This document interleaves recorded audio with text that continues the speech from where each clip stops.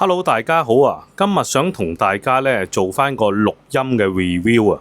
好多時錄音嘅好壞係取決於好多唔同嘅因素嘅，例如房間有冇聲學改造啦，即係有冇貼咗啲隔音棉啊，或者你房間附近係安唔安靜啊。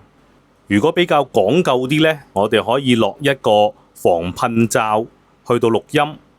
又或者落一個 dead cat 去到錄音，咁樣呢，我哋錄起音嗰陣時呢，講嘢呢就唔會咁容易爆咪。另外，我哋都要控制適當嘅距離啦，有適當嘅距離，錄音就會錄得比較好。而家呢一段錄音呢，我係用 Saramonics 嘅收音咪接駁手機去到錄音。大家要喺收音咪嗰度揀翻適合嘅咪徑，去到重複聽翻。邊一個你覺得係最舒服？咁只要做多幾次 setting 呢，以後呢，你就可以用死呢一個 format 去到錄音。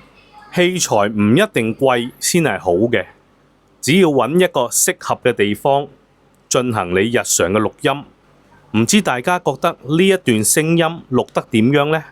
有興趣錄音嘅朋友都可以喺下邊留言俾我。再見。